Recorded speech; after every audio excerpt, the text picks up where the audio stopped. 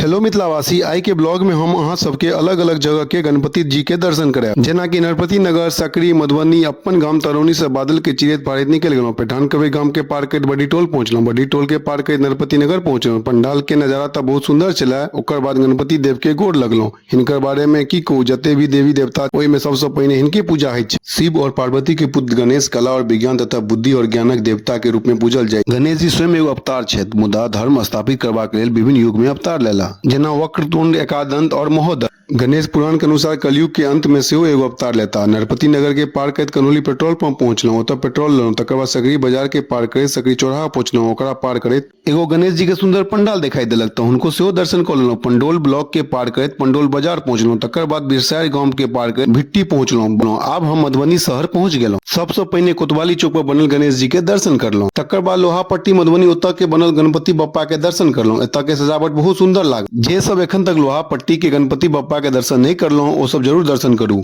मिथिलावासी वीडियो नीक लागल हुए तो लाइक, शेयर और कमेंट में गणपति बप्पा मोरिया जरूर लिखब। धन्यवाद।